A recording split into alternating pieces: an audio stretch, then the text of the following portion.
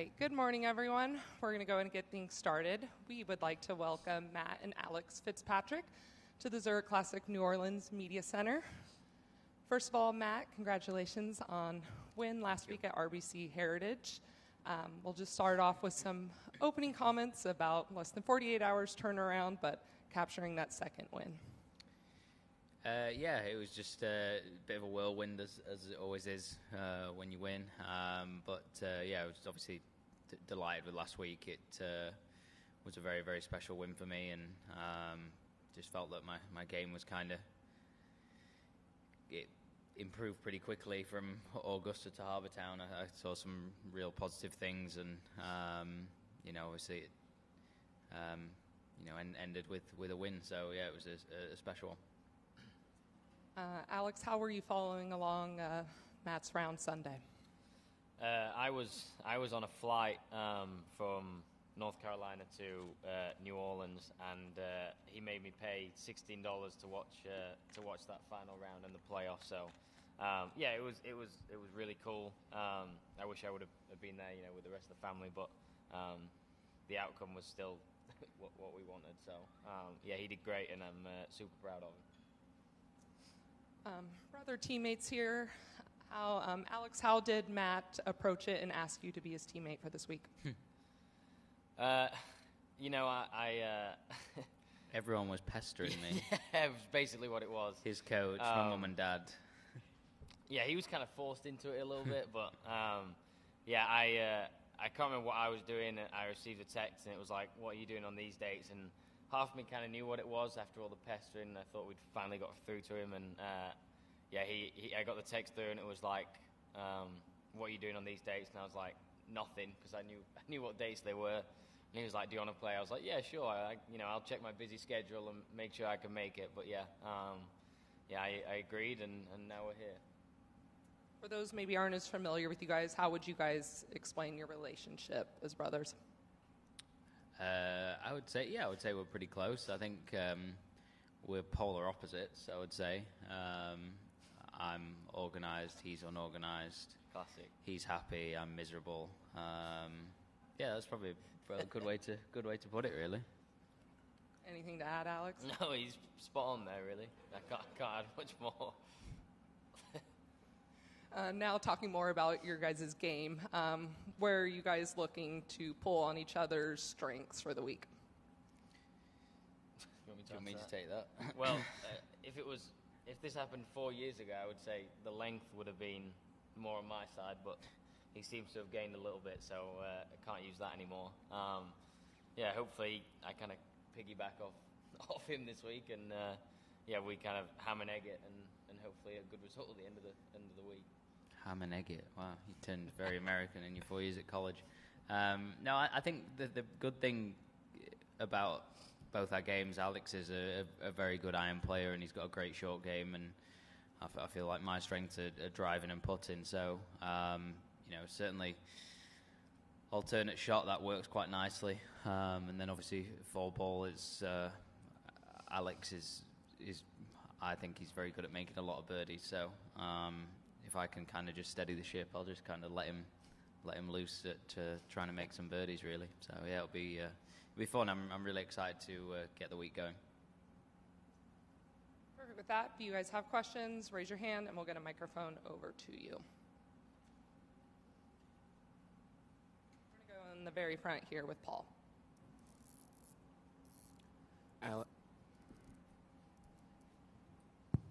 Alex, another opportunity to play on the PGA Tour. How are you approaching just the week and kind of your mindset getting another opportunity up here? Yeah, I'm very thankful for the opportunity to come and play here. Just trying to make it just like another week, really, with the same preparation and, trying not to change much. Although the format's obviously a little different, and obviously playing with him is a little different. Still, just trying to play my own game and, just do as well as I can, but also enjoy it at the same time. Matt, at the Masters, you spoke about kind of the injury issues that you've been dealing with, a couple of missed cuts, but then you T10 at the Masters win there. Did you recover quicker than you thought? How did that kind of timeline go to, after a couple of weeks there, get another win after struggling for a bit? Yeah, I mean, at the start of the year, like I say, underappreciated how much it affected me in a lot of areas. But me and my coach Mike, we felt like we had a really good weekend before the Masters, like a really, really good weekend, really productive in things that we did, things that we practiced, and things that we talk about. As stupid as it sounds, I felt like I've almost finally understood my fault that tends to stop me from hitting the shots that I want, and I think that was a big breakthrough. And I felt like we found found something to basically help that training aid, which coincidentally is the stack as well. So not just a speed training device, it's also helping me, with my swing now.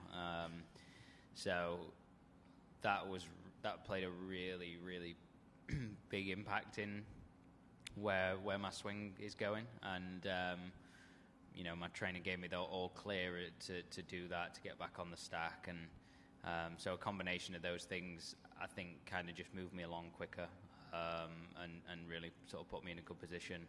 Felt comfortable, and obviously went out there last week and felt in much higher confidence than I had been.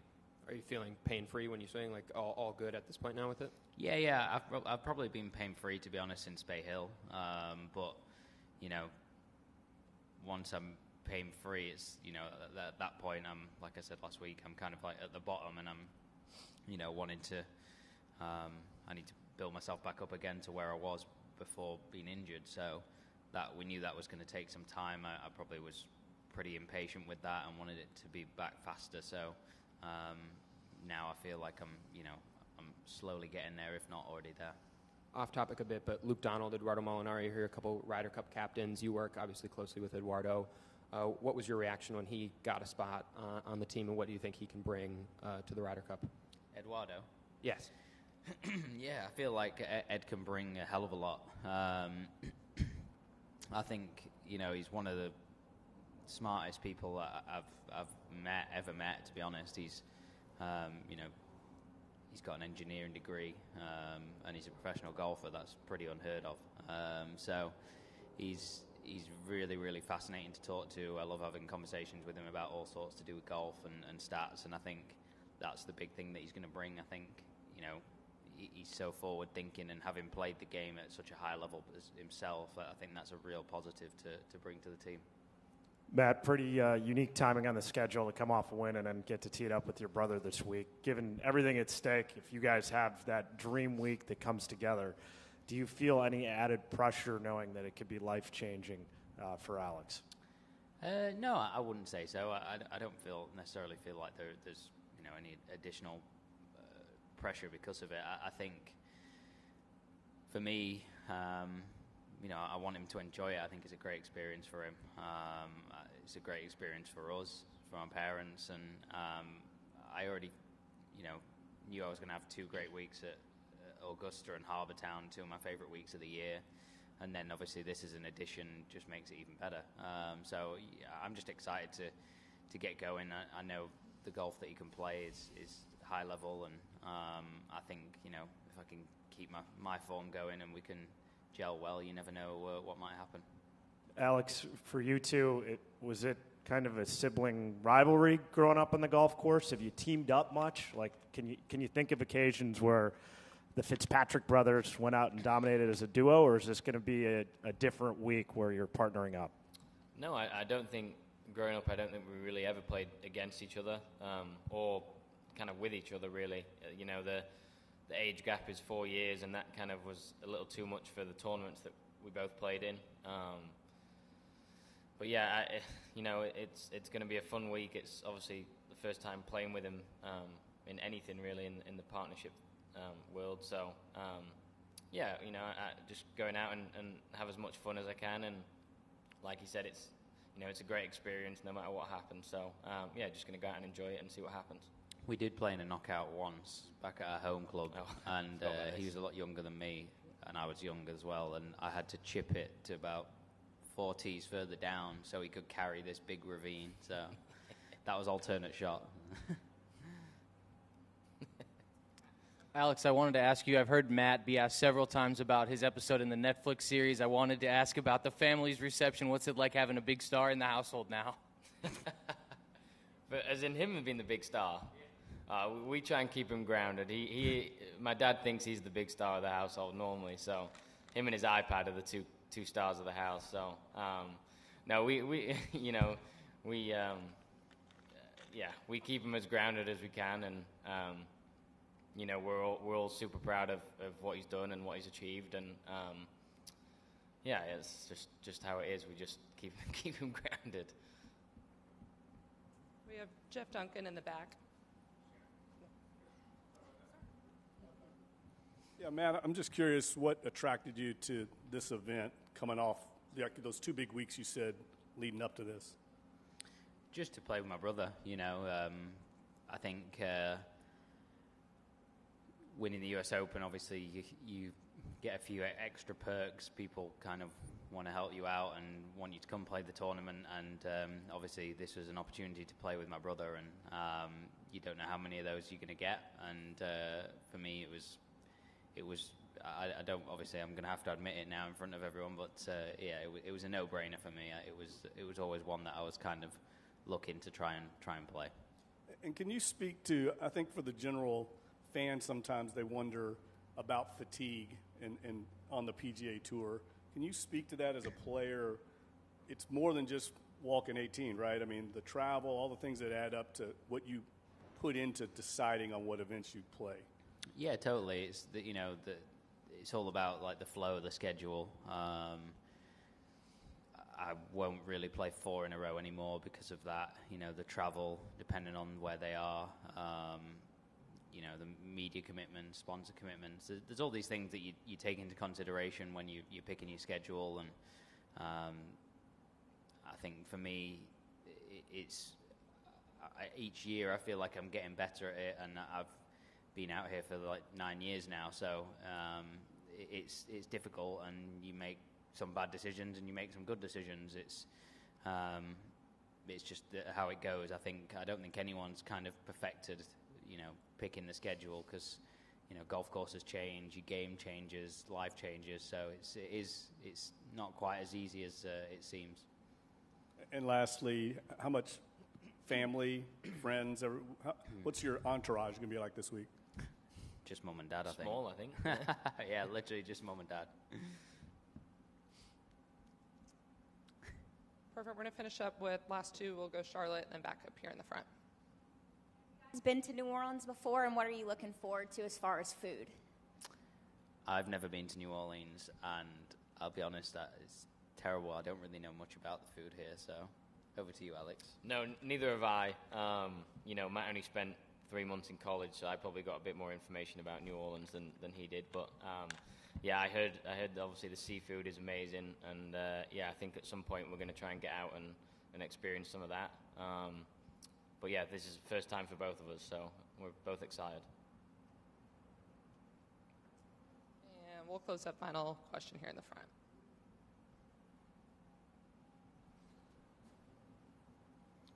This year marks 10 years since Alex caddied for you in the amateur. Now you guys are teammates here. Can you reflect on the last 10 years and kind of reflect on being teammates now and just your journey and where you guys are now versus then? It's crazy really to think that it's 10 years this year. Obviously a lot has changed in that time, and obviously, my golf has improved considerably since then, and but I think, in terms of Alex, I have to give him a ton of credit. It's, obviously this is first for me, but normally the younger brother or brother of a player, it's not always easy for them to have success or play well or make it or be up there, whereas, Alex has came out last year and finished top 25 in pretty majority of these European Tour starts. Got a Challenge Tour card. He's played well already this season in the Challenge Tour event that he's played, and I'm just I'm like really proud of where his game's at and how much he's improved, and I do believe that he's got a lot of talent, and hopefully soon he'll start showing that. Perfect. That's all the questions we have. Alex, Matt, thanks for taking the time to join us, and good luck this week. Thank you. Thank you.